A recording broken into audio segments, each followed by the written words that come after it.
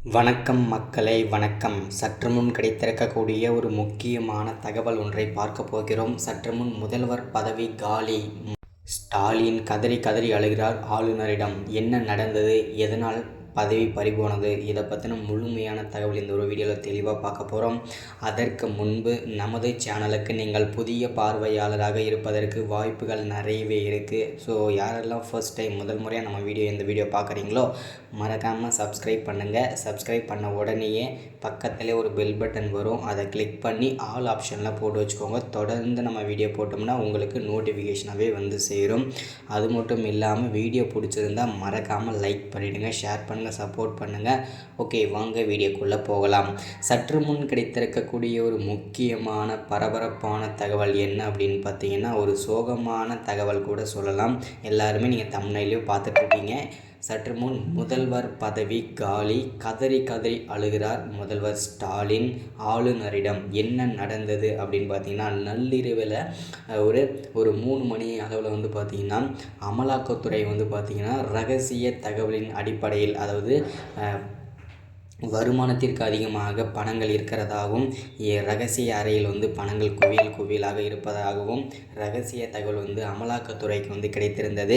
இந்த ரகசிய தகவலின் அடிப்படையில் அமலாக்கத்துறை நேற்றிரவு அதிரடி சோதனை நடத்தினார். இந்த அதிரடி சோதனையில் வந்து பார்த்திங்கன்னா 500 கோடிக்கும் மேற்பட்ட பணங்கள் ரகசிய அறையில் வந்து கிடைத்திருக்கிறது. முதல்வர் ஸ்டாலினோட பணம்.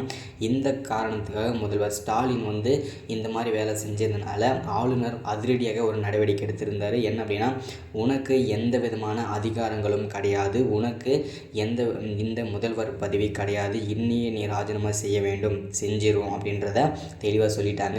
முதல்வர் ஸ்டாலினுக்கு எந்த விதமான அதிகாரமும் இனிமேல் கிடையாது, அவர் வந்து முதல்வரே கிடையாது அப்படின்றதான் தெளிவான விளக்கத்தை சொல்லியிருக்காங்க. அது மட்டும் இல்லாமல் ஆளுநர் வந்து இன்னும் ஒரு சில தினங்களில் துணை முதல்வரை நாங்கள் அறிவிக்க போகிறோன்றதையும் சொல்லியிருக்காங்க.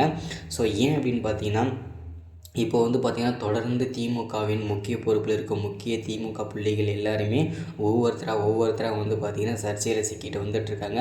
ஒரு சில பேர் கைதும் ஆகிட்டு வராங்க. இப்போ வந்து பார்த்திங்கன்னா செந்தில் பாலாஜி கைதாகிட்டுருக்காரு. அதுக்கடுத்து தான் வந்து அமைச்சர் பொன்முடி. ஸோ இந்த மாதிரி பார்த்திங்கன்னா திமுகவோட முக்கிய பொறுப்பில் இருக்க முக்கிய புள்ளிகள் எல்லாருமே கைதாகிட்டுருக்கும் நிலையில் அந்த வரிசையில் இப்போ சர்ச்சையில் சிக்கியிருக்கிறார் முதல்வர் ஸ்டாலின். ஸோ இதுக்கு எல்லாமே இந்த 500 கோடிக்கும் மேற்பட்ட பணங்கள் வந்து துரைமுருகன் அதாவது துரைமுருகன் என்பவர் வந்து பார்த்திங்கன்னா முதல்வர் ஸ்டாலினோட அண்ணா இல்லையா. ஸோ அண்ணன் அவர் வந்து போட்டு கொடுத்ததாகவும் சில தகவலை வந்து கசிந்திருக்கு. எந்த அளவுக்கு உண்மைன்றது தெரியல, வெயிட் பண்ணி பார்க்கலாம். இதுதான் இந்த வீடியோவில் அப்டேட். முதல்வருக்கு எந்த விதமான அதிகாரங்களுமே கிடையாது. இனிமேல் கதறி ஆளுநரிடம் கதறி அழுதுட்டுருக்காரு. ஒன்றும் முடியாது, எதுவும் பண்ண முடியும்னு சொல்லிட்டாங்க. ஸோ வீடியோட தொடர்ச்சியாக பார்க்கலாம் அடுத்த வீடியோவில். தேங்க்யூ.